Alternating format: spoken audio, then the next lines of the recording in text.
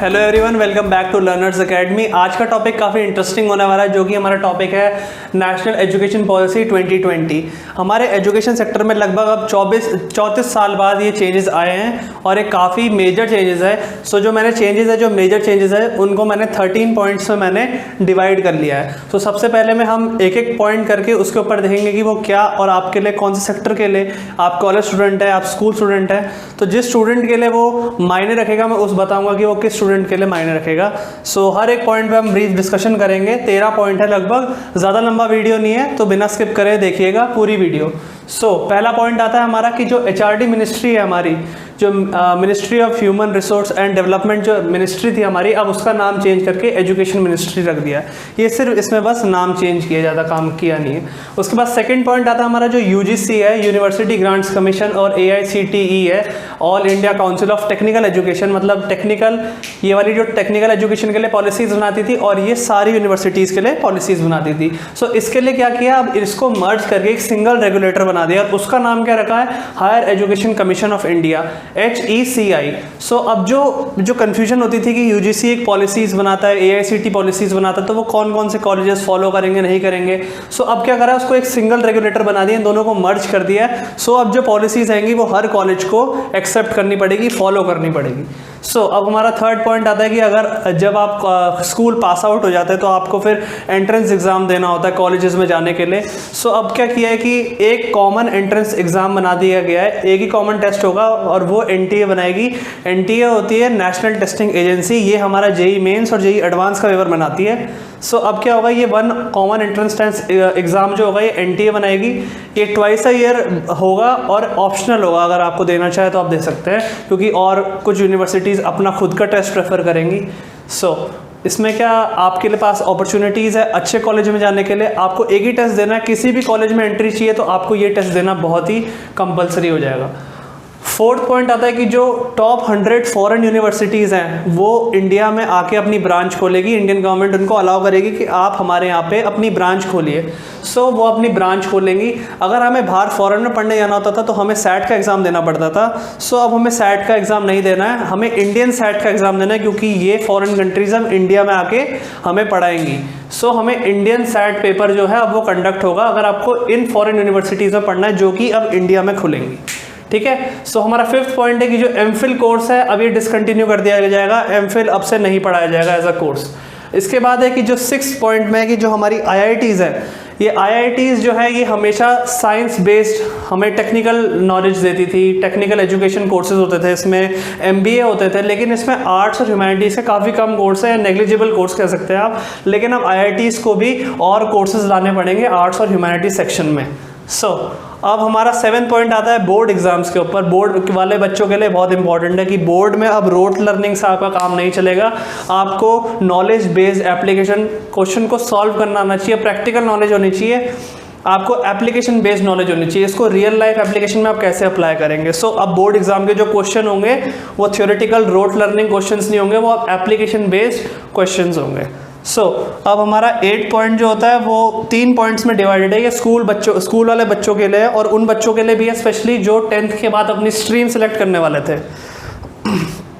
अब क्या हो गया कि स्ट्रीम का कोई ब्रेकअप नहीं है, सारे सब्जेक्ट्स एक मिक्स बैग बनाएंगे और स्टूडेंट्स अपने कोई भी 5 सब्जेक्ट चूज करेंगे 11th-12th के लिए। उन 5 सब्जेक्ट को आप स्टडी करेंगे। साइंस, कॉमर्स, आर्ट्स का ये स्ट्रीम बैरियर अब खत्म हो चुका है। दूसरा हमारा पॉइंट है कि जो एक्सपेरिमेंटल लर्निंग थी वो ज़्यादा एनकरेज की जाएगी, एनहांस की जाएगी, आपको पढ़ाया जाएगा, उसमें ज़्यादा ध्यान दिया जाएगा। एक्सपेरिमेंटल लर्निंग मतलब आपकी प्रैक्टिकल्स जो होते हैं, हर सब्जेक्ट में प्रैक्टिकल होते हैं, तो प्रैक्टिकल नॉलेज होना आपको बहुत ज़रूरी हो जाएगा।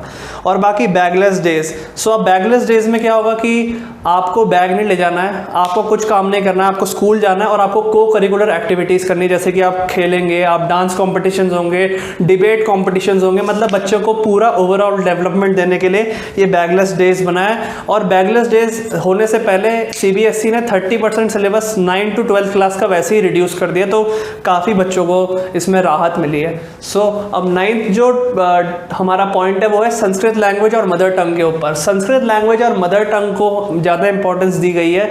इस बार बोला है कि 5th या 6th क्लास तक आपको Hindi as a medium of instruction पढ़ाना है, और उसी में आपके सारे मतलब कॉपी नोट्स वोट सब उसी में बनेंगे। और संस्कृत लैंग्वेज को ज़्यादा इंपॉर्टेंस दी गई है। जो संस्कृत यूनिवर्सिटीज़ है उनको मल्टी डिसिप्लिनरी इंस्टीट्यूट में डेवलप किया जाएगा।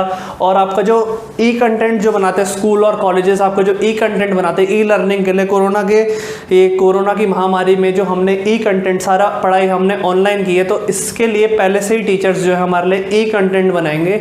आपके चैप्टर्स नोट्स सब लोग इसमें सारे टीचर्स मिलके आपके लिए नोट्स बनाएंगे, और ये अलग अलग रीजनल लैंग्वेजेस में अवेलेबल होगी। Specifically 8 up to 8 regional languages में आपकी ये ई कंटेंट बनेगा। उसके बाद जो 10th पॉइंट है हमारा, बहुत ही इंटरेस्टिंग टॉपिक है, क्योंकि जो कोडिंग है जो कि हम 11th 12th में अगर आप CS कंप्यूटर साइंस सब्जेक्ट लेते थे, या अगर आप नहीं लेते थे तो अगर आप बीटेक करते थे तो फर्स्ट या सेकंड सेमेस्टर में आपको पढ़ाया जाता था। लेकिन अब आपको कोडिंग जो है वो 6th स्टैंडर्ड से पढ़ानी शुरू कर दी जाएगी। 6th स्टैंडर्ड से पढ़ाएंगे तो आपका जो है कि 10th तक आपको पढ़ाएंगे तो आपको एक हैबिट हो जाएगी कोडिंग, क्योंकि अभी टेक्नोलॉजी के ज़माने में कोडिंग की बहुत ही इंपॉर्टेंस है। आपको कोडिंग आनी चाहिए। अगर आप टेक्निकल फील्ड से बिलोंग करते हैं या नहीं करते, आपको एक बेसिक नॉलेज कोडिंग की होनी चाहिए। उसके बाद होता है कि हमारा पहले के अभी जो पहला था हमारा वो 10+2 का ब्रेकअप था हमारा, 10+2 का ब्रेकअप। अब ये हट के हमारा 5-3-3-4 ब्रेकअप हो गया। इसमें क्या है कि पहले 5 साल प्राइमरी स्कूलिंग होगी जो कि हमारी LKG से शुरू होगी और 2nd तक जाएगी। उसके बाद हमारा जो बाकी 3 साल होंगे वो हमारे प्रेपरेटरी स्टेज होंगे। मतलब प्रेपरेटरी स्टेज में मतलब हमें 3rd से लेके 5th तक हमें पढ़ाई कराई जाएगी। मिडिल स्टेज हमारा 6 to 8 होगा, ये अगले 3 साल हमारा मिडिल स्टेज चलेगा, और आखिरी 4 साल हमारा सेकेंडरी स्टेज होगा जो कि 9 to 12 चलेगा। ये काफ़ी अच्छा ब्रेकअप किया है। इसमें ओवरऑल डेवलपमेंट में ध्यान रखा है बच्चों का कि हर तरह से डेवलपमेंट हो। प्रैक्टिकल नॉलेज में बताया जा रहा हूँ, प्रैक्टिकल नॉलेज इस बार प्रैक्टिकल नॉलेज पर ज़्यादा एम्फेसिस दिया गया। 12th है कॉलेज के बच्चों के लिए, कॉलेज क्रेडिट ट्रांसफ़र है। इसमें कॉलेज में क्या किया जाएगा कि अगर आपको कोई सेमेस्टर आप अगर कंप्लीट करते हैं उसको पास करते हैं तो आपको एक सर्टेन क्रेडिट मिलते हैं। अगर कोई बच्चा फाइनेंशियल प्रॉब्लम के कारण या किसी प्रॉब्लम के कारण 1 साल में या 2 साल में ड्रॉप कर देगा, उसको क्या करेगा, कॉलेज एक सर्टिफिकेट पकड़ा देगा, ताकि अगली बार जब आप पढ़ाई करें तो आपको स्टार्टिंग से पढ़ाई ना करनी पड़े, जहां आपने छोड़ा था आप वहीं से पढ़ाई कंटिन्यू कर सकते हैं। कॉलेज क्रेडिट ट्रांसफ़र में अगर आप 1 साल में पढ़ाई छोड़ेंगे तो आपको एक सर्टिफिकेट दे दिया जाएगा कि आप अगले साल अब जब आएंगे तो आप 2nd ईयर से शुरू करेंगे। अगर आपने 2 ईयर में ख़त्म किया तो आपको डिप्लोमा की डिग्री दे देंगे। 3 साल में ख़त्म करोगे तो आपको पूरी की पूरी डिग्री मिल जाएगी। और अगर आप 4 साल में करोगे तो 14 साल जो होगा आपका पूरा रिसर्च ओरिएंटेड होगा, तो 3rd और 4th ईयर में आपको दोनों में ही डिग्री मिलेगी। कुछ बच्चे ऐसे होते हैं कि जिनको सिर्फ बैचलर्स करना होता है ताकि वो एक एंट्रेंस एग्जाम दे सके, जैसे कि UPSC होता है हमारा, उसमें हमें क्या होता है कि हमें एक बैचलर्स की डिग्री चाहिए होती है।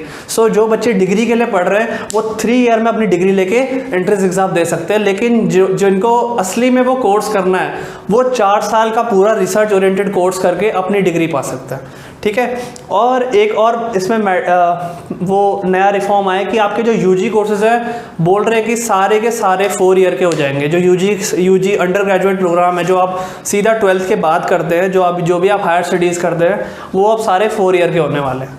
उसके बाद आपका जो 13 पॉइंट है, काफ़ी इंटरेस्टिंग टॉपिक है कि जो एजुकेशन सेक्टर है उसकी GDP 1.7 से बढ़ा के सीधा 6% कर दी, जो कि बहुत ही लाजवाब है। क्योंकि इतना अगर GDP अगर एजुकेशन सेक्टर में गवर्नमेंट देगा तो जाहिर सी बात है कि डेवलपमेंट तो होगी।